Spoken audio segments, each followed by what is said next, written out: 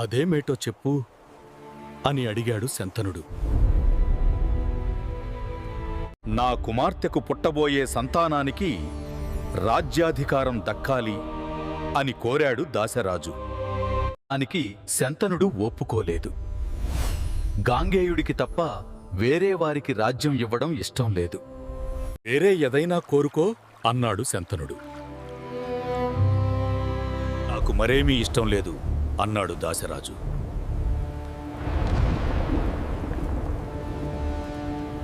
ఆరంతో శంతనుడు హస్తినాపురానికి తిరిగి వచ్చాడు. అప్పటి నుండి శంతనుడు రాజకార్యాలు సరిగా చూడడం లేదు.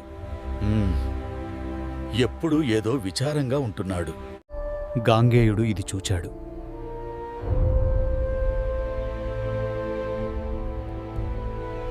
తండ్రి, మీ మనోవేదనకు కారణం ఏమి అని అడిగాడు.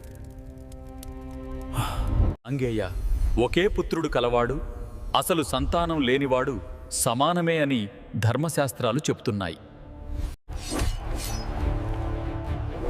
నువ్వు అస్త్రశస్త్ర విద్యలో ఆరితేరిన వాడవు, అత్యంత సాహసికుడవు. కాబట్టి నీకు ప్రమాదం ఎప్పుడూ పొంచి ఉంది. నువ్వు ఎన్నాళ్లు బతుకుతావో తెలియదు. కాబట్టి ఇంకా కొంతమంది పుత్రులుంటే బాగుంటుంది. తండ్రికి మరల వివాహం చేసుకొనవలని కోరికగా ఉంది అని గాంగేయునకు అర్థమైంది. మిత్రులతో ఆలోచించి అసలు విషయం తెలుసుకున్నాడు. దాశరాజు దగ్గరకు వెళ్ళాడు.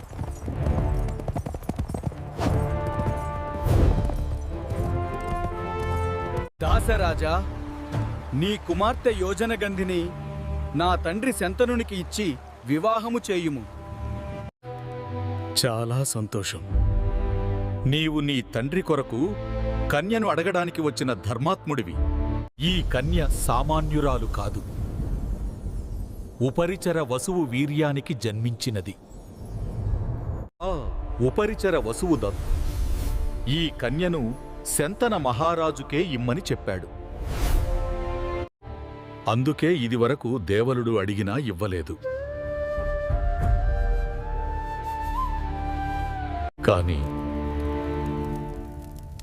కానీ నాది ఒక కోరిక. నా కూతురికి పుట్టే పుత్రులు సవతి కుమారులవుతారు. కాబట్టి ఆ దోషం లేకుండా చెయ్యి.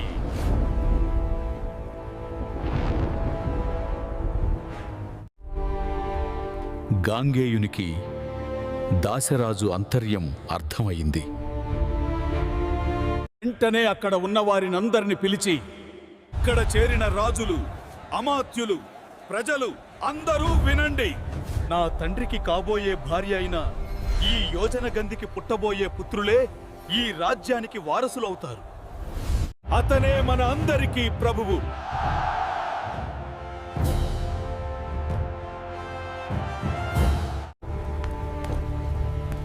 కాని దాశరాజుకు ఒక సందేహం కలిగింది. గాంగేయ, నీవు రాజ్యాధికారాన్ని వదులుకున్నావు. నీకు పుట్టబోయే పుత్రులు ఊరుకోరు కదా. వారు నీ మాటను అంగీకరిస్తారా? దాశరాజా, నాకు పుత్రులు కలిగితేనే కదా ఆ సమస్య వచ్చేది. అందుకే నేను ఈ రోజు నుండి బ్రహ్మచర్య వ్రతాన్ని స్వీకరించాను. జన్మాంతం బ్రహ్మచారిగానే ఉంటాను.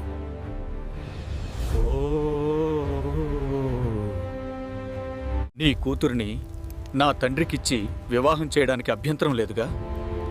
గాంగేయుడు చేసిన ఈ భీషణమైన ప్రతిజ్ఞ భీష్మ ప్రతిజ్ఞంగా చరిత్రలో నిలిచిపోయింది. దేవతలు పూల వాన కురిపించారు.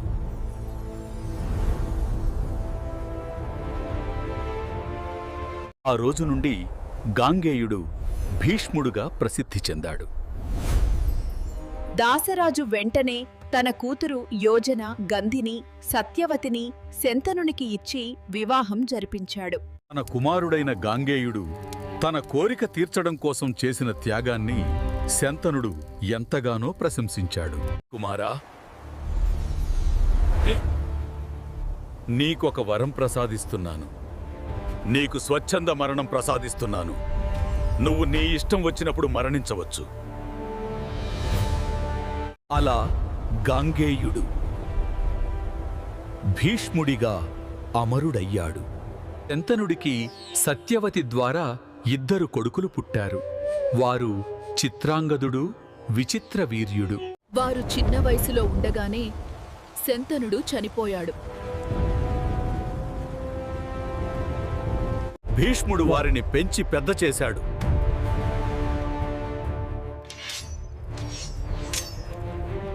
చిత్రాంగదుడిని చక్రవర్తిని చేశాడు భీష్ముడు.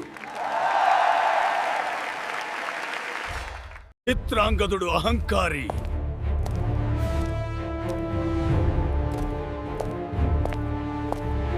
ఒకసారి చిత్రాంగదుడు ఒక గంధర్వరాజుతో యుద్ధానికి తలపడ్డాడు. ఆ యుద్ధంలో చిత్రాంగదుడు చనిపోయాడు.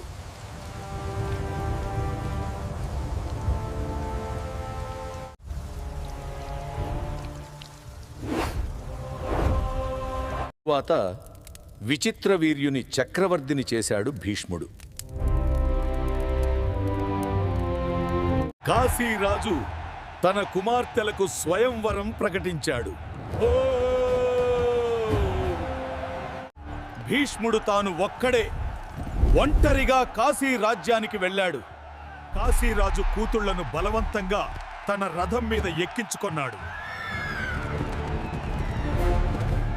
కాశీరాజా, స్వయంవరానికి వచ్చిన రాజులారా, నేను ఈ కన్యలను నా తమ్ముడు విచిత్రవీర్యునికిచ్చి వివాహం చేయడానికి తీసుకువెళ్తున్నాను. 8 రకాల వివాహ విధులలో క్షత్రియులకు గాంధర్వము, రాక్షసము తగినవి. మీకు చేతనైతే నన్ను అడ్డగించండి.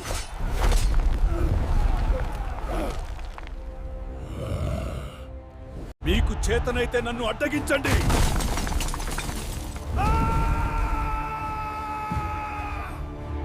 పైగా మీ అందరిని జయించి తీసుకుపోవడం పరమ ధర్మము. అక్కడ ఉన్న రాజులు అందరూ భీష్ముని ఎదిరించారు.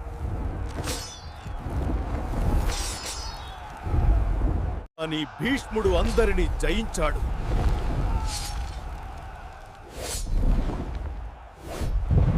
కాని సాల్వుడు అనే రాజు మాత్రం పట్టు విడవకుండా భీష్ముని వెంబడించాడు.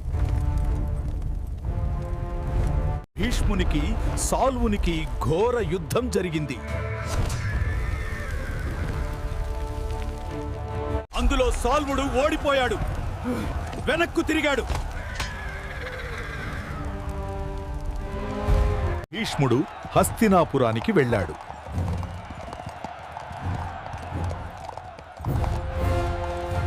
కాశీరాజు పుత్రికలు అంబ, అంబిక, అంబాలిక అను కన్యలను విచిత్రవీర్యునకు ఇచ్చి వివాహం చేయడానికి ఏర్పాట్లు చేస్తున్నాడు.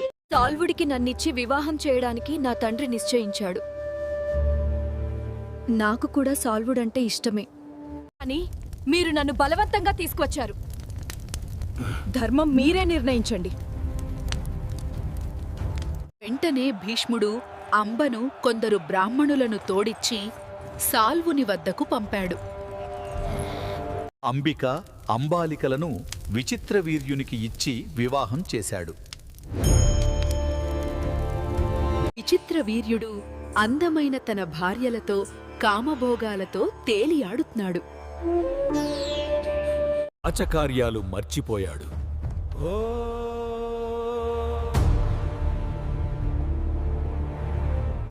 విచిత్రవీర్యుడు అందమైన తన భార్యలతో కామభోగాలతో తేలియాడుతున్నాడు. పిచ్చలవిడిగా కామభోగాలు అనుభవించే కడకు చనిపోయాడు. ఇప్పుడు రాజ్యం రాజులేని రాజ్యమైంది.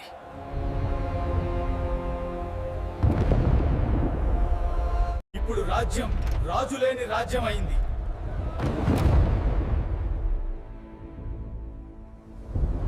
ఒకరోజు సత్యవతి భీష్ముని చూచి, కుమారా, ప్రస్తుతం ఈ భరత సామ్రాజ్యానికి వారసులు లేరు.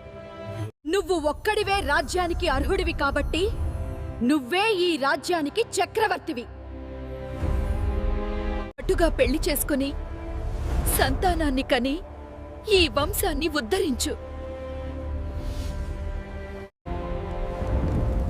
అమ్మా, నేను ఆ జన్మాంతం బ్రహ్మచారిగా ఉంటానని ప్రతిజ్ఞ చేశాను. రాజ్యాధికారం ముట్టనని శపథం చేశాను. నేను మాత్రం నా బ్రహ్మచర్య వ్రతాన్ని విడువను. తనుని వంశము వృద్ధి చెందేట్టు నాకు తెలిసిన క్షత్రియ ధర్మాన్ని చెబుతాను. వినండి. దీనిని బ్రాహ్మణులతోనూ ధర్మవిధులతోనూ ఆలోచించి నిర్ణయం చెయ్యండి.